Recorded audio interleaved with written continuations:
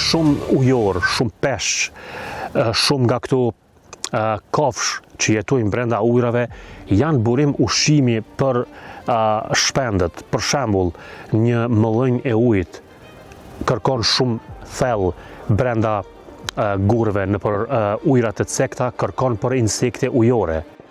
Apo ndryshe të themi një kingfisher, një mbret peshkatar, kërkon për pesh për të ushqyer apo për të dërguar deri tek folet brenda individëve të tjerë. Shumë lejlek të zinj, shumë qafka të hirta, shumë qafka të natës, shumë qafka të bardha të mëdha, pra ushqen brenda këtyre lumenjve.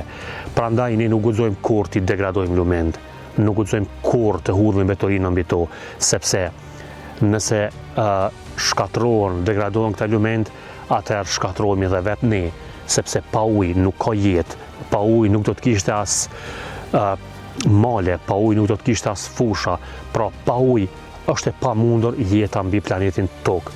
Prandaj, në minutat në vazhdim, ju do të shihni shumë kafsh me emërtime të tyre shkencore, se si ushqen brenda këtyre lumenjve.